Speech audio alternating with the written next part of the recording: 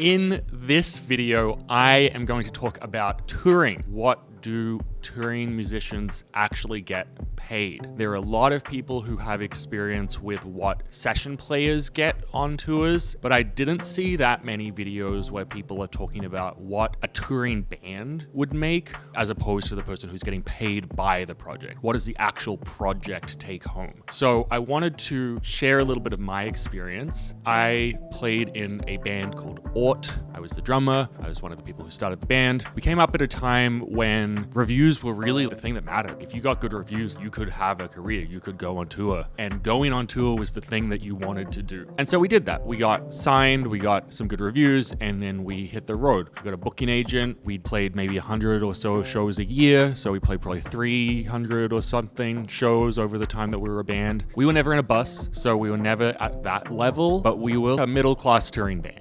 Many bands of my generation were doing way more shows than we were. And there was a lot of incentive to do that. The more shows you played, the more you were in the zeitgeist.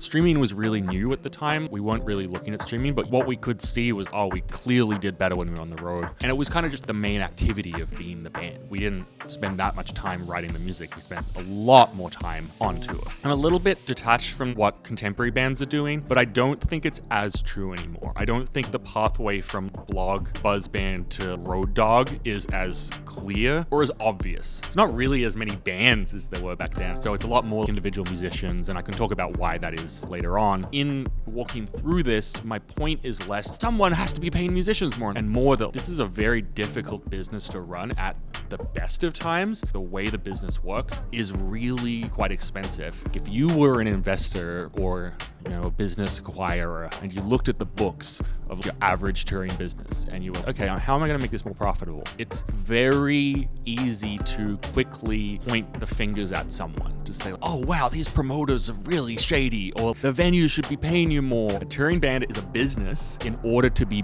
better at taking money out of your business, you kind of essentially need to be better at capitalism. And that definitely didn't come naturally to me. It does not come naturally to most musicians. It's really typically not why you get into this job. We don't become musicians to increase shareholder value. You're in a very difficult position where you have to manage a very unwieldy entity, and you don't really know how to do it, and no one's telling you how. Anyone who tells you how is going to charge you money to tell you how. I had this just happen to a friend recently. He got signed, and all of a sudden he's gone from a local singer-songwriter to the CEO of a very cash-poor company that he now has to learn how to run and manage. Okay, first of all, I'm going to give you a warning. There are spreadsheets involved in this video. For most musicians, I know that this can be hard to bear, and I am sorry for this, but I will try to make it not boring. I don't like looking at spreadsheets either, for reasons that I will make abundantly clear. I'm actually not very good at this nitty-gritty detail stuff, but we're going to get through it together, okay? It's not going to be that hard. It's mostly subtraction,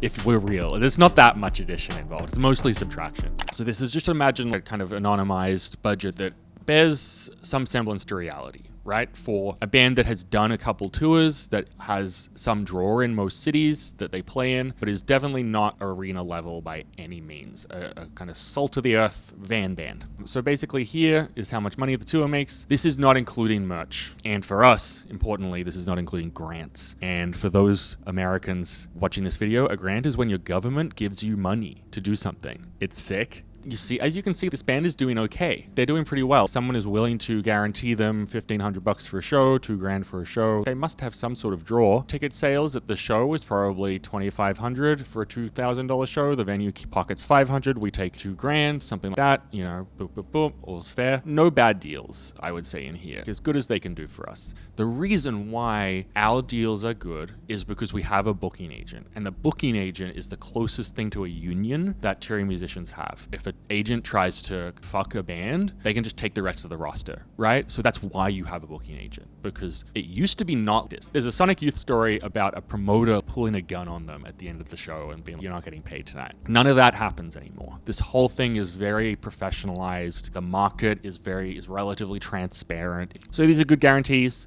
Of this $20,000 in top line, you're going to lose a quarter of it right away. The quarter of it is for the agent who booked the shows and for the manager who manages the band. Then you can see the other most expensive thing is transportation, because this is the kind of business where you have to go somewhere. This is a European tour, so you have to fly a bunch of people to Europe. in order to do it. There's not much you can do about this. Definitely nothing you can do about this. You can not have a manager. You gotta go rent all your gear. You gotta rent your backline because you're in Europe and you don't have your stuff. You gotta rent your van. You gotta pay someone to drive the van because you're driving a big Sprinter van in Europe. And then you have to give everyone $20 a day so that you can eat snacks at the gas station. And so you're not out of pocket for your gas station snacks. Then you gotta pay a tour manager who is gonna take care of you. And boom, your 20 grand's gone. Sorry. You can split $1,500 between 5 people or between however many people are in the band when you get back. Hopefully you subletted your apartment. Just say this band crushes it for a little bit longer and they tour all the time and they put out another record and the venues get bigger and the guarantees get bigger. Then maybe they play a slightly longer tour and then maybe their top line is a little bit higher on this tour. So all of a sudden you're like, whew, that's good money. Wow, you guys must be raking it in. You're doing 40 grand on a tour? Oh my God, you're all coming home flush. Well, somehow this tour loses even more money than the previous tour.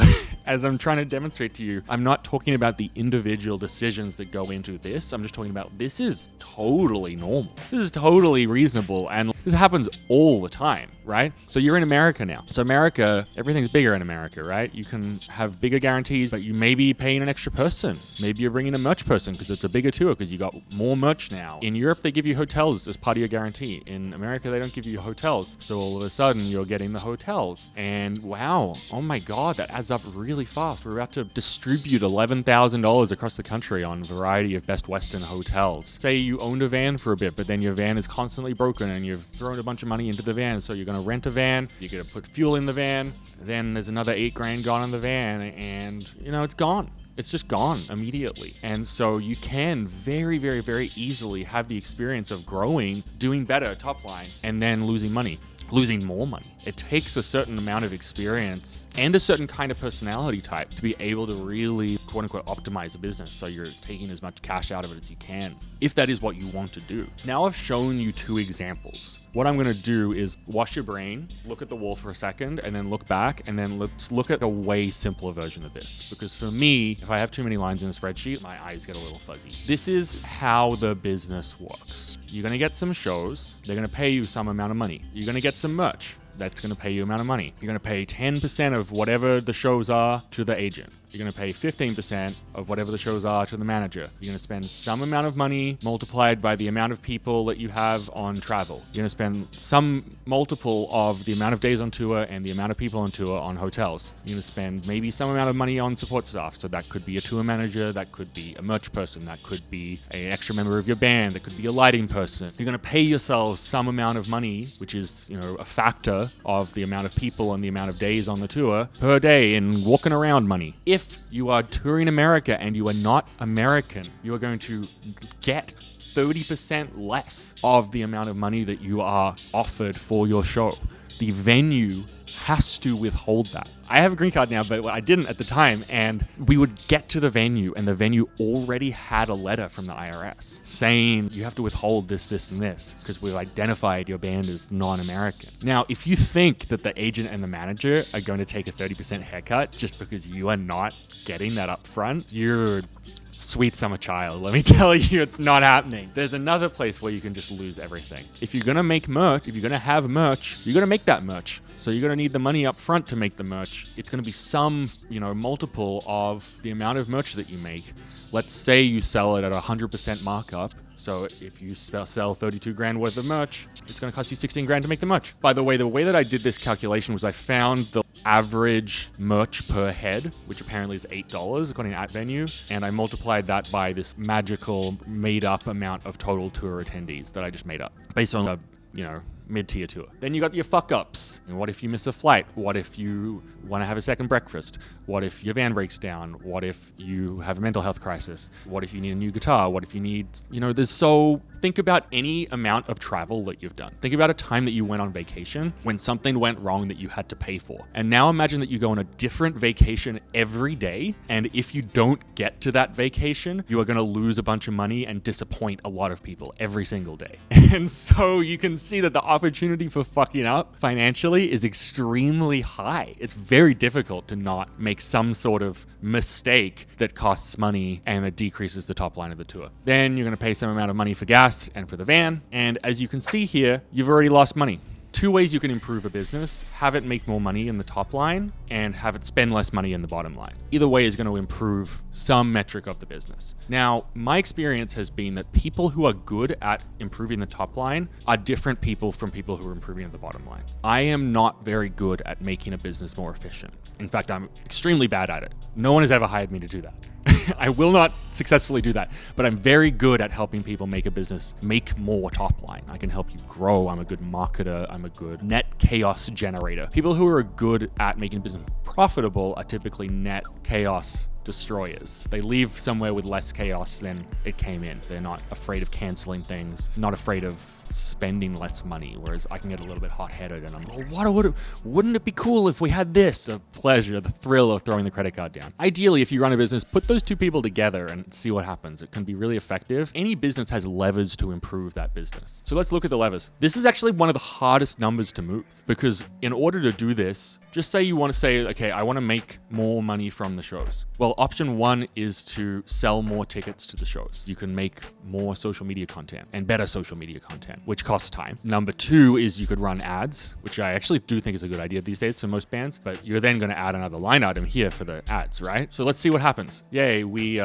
increased our shows to 40,000. So we added 10 grand to the top line. We're really efficient. So we only spent $1,000 on ads. 10x ROAS on our ads for those nerds who know what I'm talking about. We added $10,000 to this tour, and what the fuck? Instead of losing $1,000, now I make $400 at the end. So why is this? Well, immediately the agent takes more. Immediately the manager takes more. You didn't add any shows, so your hotels are the same. Your tax withholding just went up, and I calculated the fuck ups as a percentage of the revenue because, more money, more problems, technically. So it was absolutely no use to you at all. It was just a total waste of time to sell. I mean, it wasn't a total waste of time because you played to more people, sold another 10 grand worth of merch, right? And the cost of making that merch went up.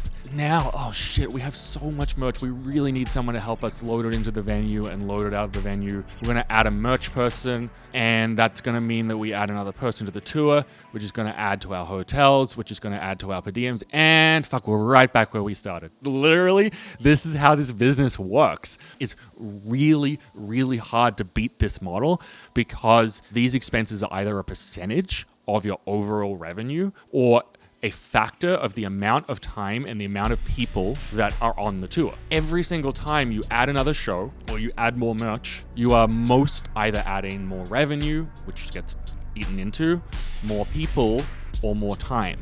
And those three things all cost you money at the end of the day. It's really, really, really hard to improve. Levers to improve merch. First of all, you can make cooler merch.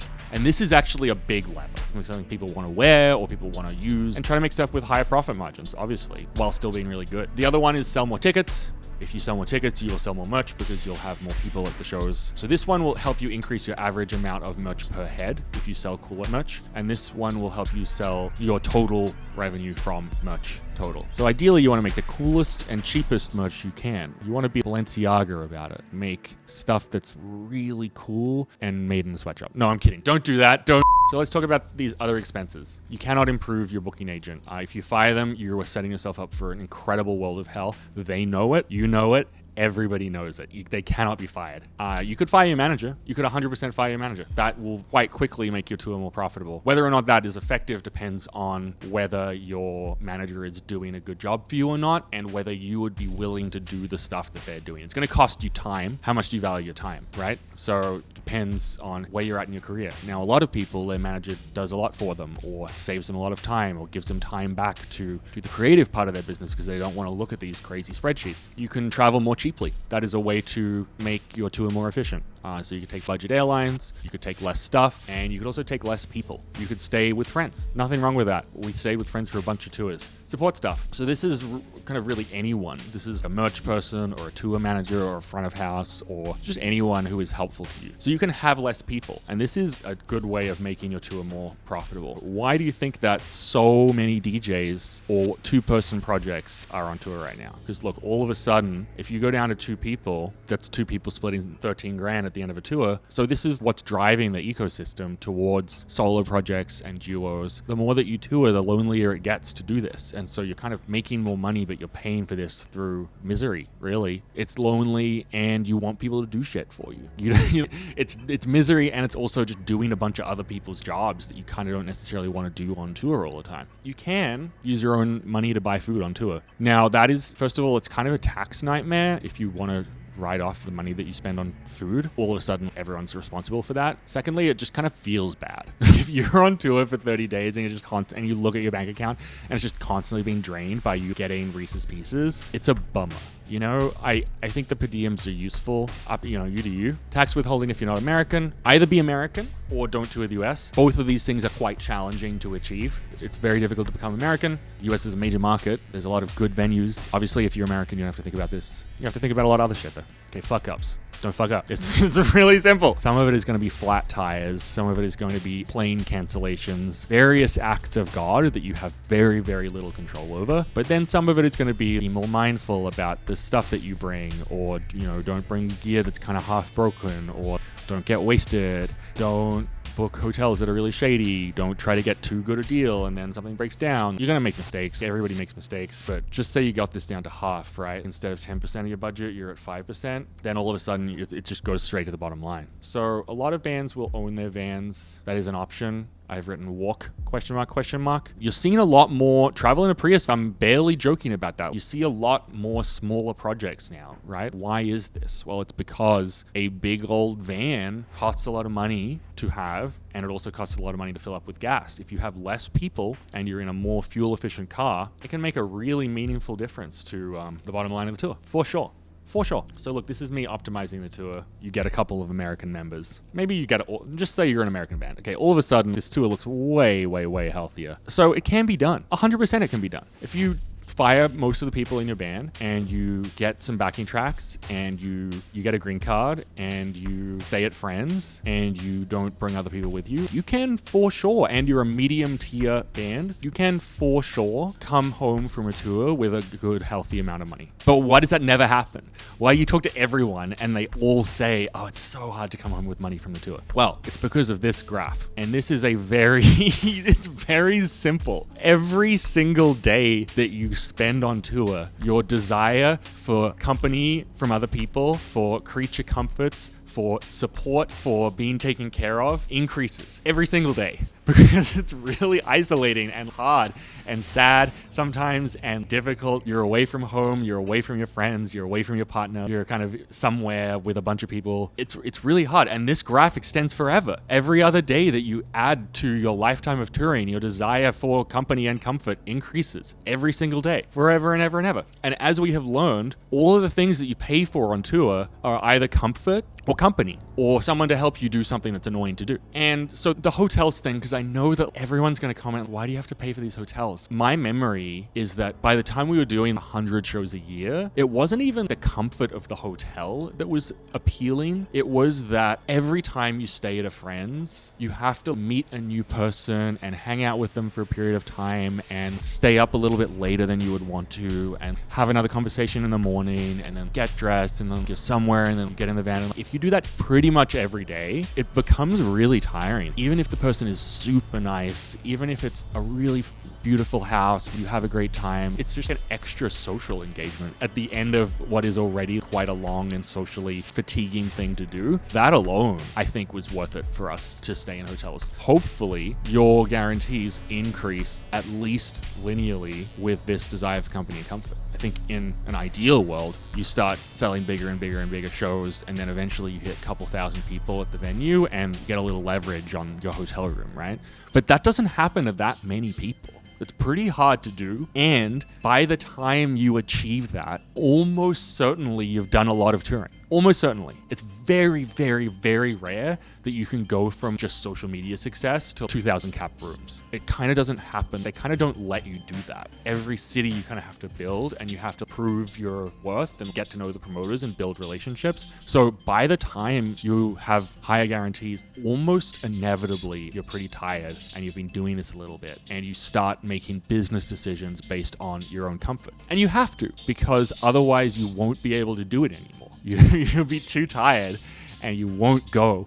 And then you'll definitely make no money from the tour if you don't go. The answer to the question of how much does a project make on tour is any amount of money between negative $10,000 and, a couple of tens of thousands of dollars, depending on how much comfort and companionship they're willing to sacrifice for a period of time. And their willingness to do that is based on how new they are to touring for the most part. I will say in this day and age, in 2025, all these numbers are higher, all these numbers are lower. So it's just hard for everyone. I'm very grateful for our experience. It was very cool and interesting to get to travel the world in this way. It's a kind of transformative thing to get to experience, and I think that's one of the reasons why people do it, because doing it for financial reasons is not the right way to do it, or not the reason to do it. But I think we do have to ask the question of what is left. It really did feel when my band came up that this was the thing to do. And I think it's become quite clear that it's a very, very, very difficult lifestyle to lead, and it is getting more difficult. Things are getting more expensive. I think that's one of the reasons why we are seeing so many more DJs and seeing so many more 1 or 2 person projects, because they can control expenses more effectively. They can tour in smaller cars. They can bring less equipment. They can do more one-off shows, fly-ins, fly-outs, which is still kind of expensive, but it's a slightly more flexible model. Most musicians that I think about, at least most mid-level musicians, have some sort of different kind of business, whether it's a Patreon or whether it's they teach lessons or whether they make recording track feedbacks or they make some sort of education or recurring revenue business that involves a direct connection between them and some community of people, whether that's a community of people who aspire to be musicians them or people who want to learn how to be better at music. They sell something directly to a group of people who are interested in it. It's much more a creator model, and I think that is probably realistically where the world is going in general. I mean, obviously it's where the world is going in general. I will say for myself, my goals in music do not involve mass scale touring. I don't want to do it anymore. As I say that, I'm going to do a full US. I'm going to drive my friend in a couple of weeks, and I'm probably going to make some videos about that while I'm there. I'm very excited to be helpful, and I love driving, and I love America, so I'm stoked for it. I'm just excited to be there in general, but I'm not doing it for money. I'm getting paid a little bit, but I'm not, oh great, this is a great way to pay my rent. I personally, for myself, want to find ways to make a career in music that don't involve as much travel. I don't know if you can see the tiny sleeping dog right now, but I have the tiny sleeping dog. If I can't bring the tiny sleeping dog, I probably don't want to go to that place. I'm much, much, much more someone who loves being in the studio than someone who loves being on the road. And so I am trying to find ways to make that into a viable career and to a viable business. I know there are many of them. One thing that I am constantly reinforcing is how important it is to have kind of your own guardrails and your own rules of the road for what you are willing to and what you are not willing to do as part of your money-making scheme. You need to say to yourself, I want to make X amount of money and live X kind of life,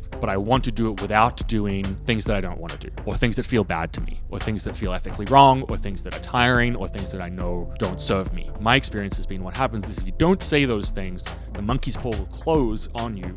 You'll get what you want, you'll make the amount of money, or you'll have the success, you'll have the fame, you'll have the career, but you will also be given the exact thing that you didn't want at exactly the same time. So it's quite a bit harder to say to yourself, I want a music career, but I don't want to tour all the time, or I want a six-figure income, but I don't want to work full-time. Anything that it's way harder. But the guardrails are what creates the uniqueness and what creates the way that you do it that no one else could do it. It takes longer to achieve the goal, but once you achieve the goal, you don't want to burn the whole thing down and start again. And I see a lot of people who have built situations in their lives that seem very enviable to others, whether that's that they have really nice amounts of money or solid businesses or healthy professions, or they're successful in whatever field they're in, but they're very unhappy because they didn't make their clear guardrails for themselves. And I would include myself as one of those people. And so I spend a lot of time thinking about how to design a lifestyle that makes sense for you as a human being. So that is this video, and I hope this was helpful. I would love to hear